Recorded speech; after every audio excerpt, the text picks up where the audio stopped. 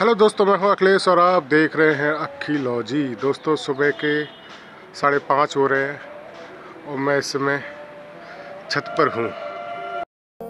जैसा सर ने कहा, बीज बोने वाला, नारियल छीलने वाला, प्राकृतिक खेती करने वाला भेष बनाकर नहीं घूमता। वही तो उसकी जिंदगी है। उसकी जमीन से होता अन्याय देखकर उसका खून खौलता है, तब वो धरने पर बैठता है। अगर धरना देना गलत है तो धरने की सिचुएशन पैदा करना भी गलत है। दोस्तों, अभी सूर्योदय नहीं हुआ है, सनराइज नहीं हुआ है, तो ऐसा सीन है सुबह सुबह का। तो दोस्तों, मैंने फिल्म देखी राउडी रक्षक।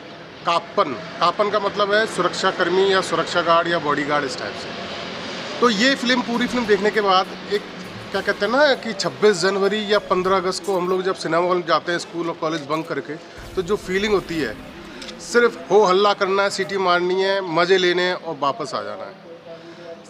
ज्ञान नहीं चाहिए हमें, सेंसिटिव बातें नहीं चाहिए, सिर्फ मज़े चाहिए, मज़े। तो ये फिल्म इस टाइप से है कि सारे मज़े यानी सारे मसाले थोड़े थोड़े करके डाल दिए हैं। जिसको जौन सा मसाला सूट कर रहा है उस सीन पे उसको मज़ा आ रहा है। यानी 5-6 फिल्में इसमें एक साथ चल रही हैं और लास्ट में जाके सब फिल्मों का आपको पता लगता है कि हाँ, ये सारे सीन जो चल रहे थे उसका मतलब ये है।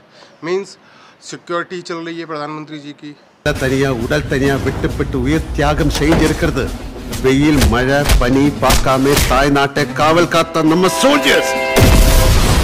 किसानों का मुद्दा चल रहा है। जिले के हजारों किसान रैली निकालकर धरना दे रहे हैं। ये धरना क्यों दे रहे हैं, आइए उनसे ही पूछते हैं। ये धरना किस लिए है? पहले से ही हमारे जिले में माइनिंग करके ये निकाल रहे हैं, वो निकाल रहे हैं। कॉर्पोरेट कंपनी को हमारी जमीन देकर उस पर खुदाई करके हमारी मिट्टी, हमारी फसल सब कुछ बर्बाद कर दी। ये जो लोटस था, जो टिड्डी दल का हमला हुआ था, जो रियल लाइफ में हुआ था अभी 2-4 महीने पहले या पिछली साल गर्मियों में, पाकिस्तान से टिड्डी दल आ गया था, जी आ गया था। तो टिड्डियों के दल के खात्मे के लिए फायर ब्रिगेड की मदद से खेतों में और पेड़ों पर दवा का छिड़काव हो रहा है।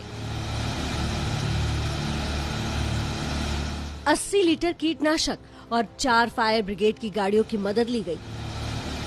वो इस फिल्म में दिखाया कि कैसे एक बिजनेसमैन की सनक होती है किसानों को बर्बाद करने की, वो वाला साजिश का हिस्सा है।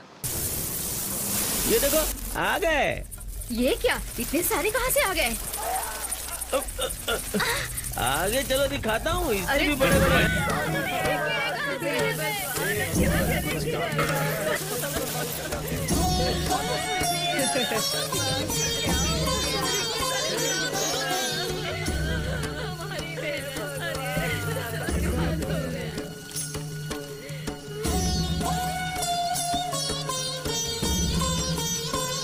फिर इनकी इंक्वायरी चल रही है। राइट, प्राइम मिनिस्टर का असैसिनेशन हुआ है। इन्वेस्टिगेशन के समय ही can not come. This is top secret. लीजिए sir, he just want to know how it happened. मैं इनको जानकारी क्यों दूं? क्या अधिकार है इनके पास? देखो, इन्वेस्टिगेशन लिस्ट में तुम्हारा नाम भी है। जब बुलाया जाए तुम तब आना। You can leave now. क्या देख रहे हो? फिर प्रधानमंत्री जी का वो चल रहा है। Days are numbered Mahadev, you may go. चलता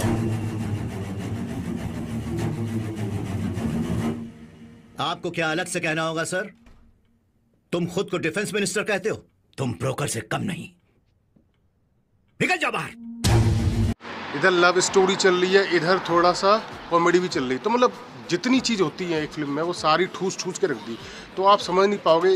मतलब फिल्म एक सिंगल ट्रैक पे नहीं चल रही है कि एक ही मोटिव लेके नहीं चल रही है, बहुत सारे मुद्दे और ये टॉपिक लेके चल रही है। तो जिसको जौन सा सूट कर रहा है उसमें मज़ा आ रहा है।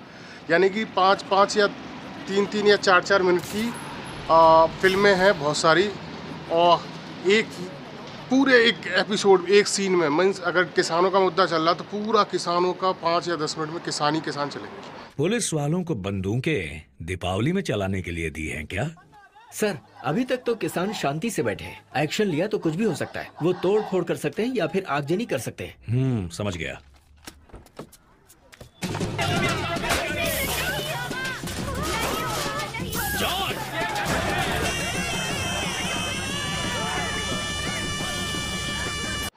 तो इस टाइप से है। तो ओवरऑल एक खिचड़ी अच्छी फिल्म है, मतलब कि खिचड़ी टाइप की फिल्म है।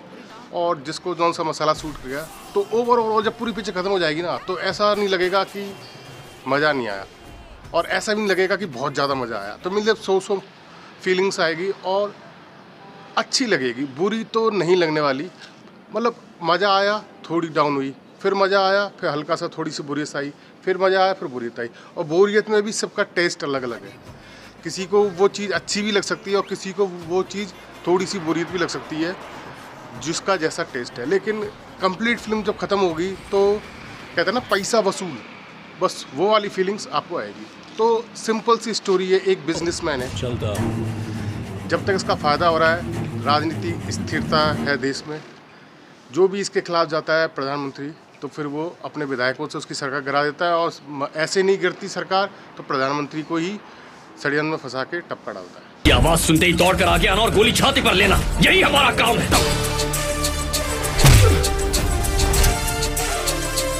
धूप बारिश गर्मी की परवाह ना करते हुए देश की रक्षा करने वाले हमारे सोल्जर हैं। Proud to be an Indian. जय हिंद।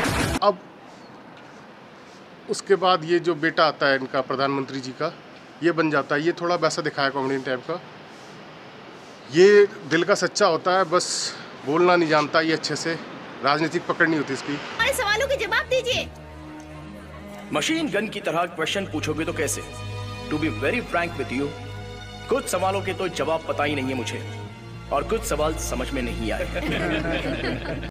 तो ये भी उसके मतलब बिजनेस के आड़े आ जाता है, मतलब वो किसानों का फेवर करता है और बिजनेस का फेवर कम करता है, क्योंकि यार किसान ही नहीं रहेंगे, ज़मीन नहीं रहेगी, फसल नहीं रहेगी, खाओगे क्या, पैसा थोड़ा खाओगे। तो इसकी ये वाली फिलॉसफी होती है। अब ये जो सिक्योरिटी गार्ड है वो समझ जाता है कि ये लफड़ा है, और किसान सिक्योरिटी गार्ड भी किसान ही होता है।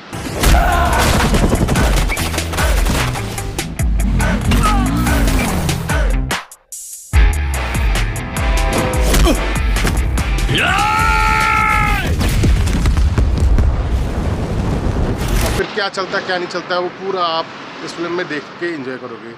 इस फिल्म में गाने भी है, जो मैंने वर्जन देखा उसमें गाने भी थे, तो गाने तो फिल्म को रोकते हैं, गाने नहीं होते तो शायद और स्पीड इसकी सही रहती। लेकिन ओवरऑल मुझे तो अच्छी लगी, मज़ा आया, एकदम पैसा वसूल जिसे कहते हैं ना वो। हमारा अगला अटैक मिस नहीं होगा।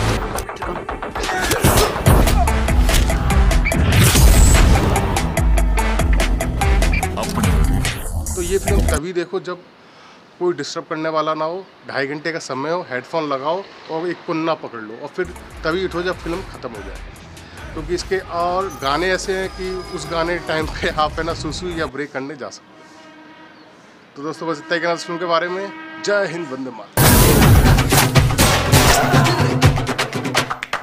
ഒരു ഉയരെ ബലി കൊടുത്ത് താൻ 100 ഉയരെ കാപ്പാത്ത മുടിയുന്ന തപ്പില്ലേ, അത് പാവമില്ലേ.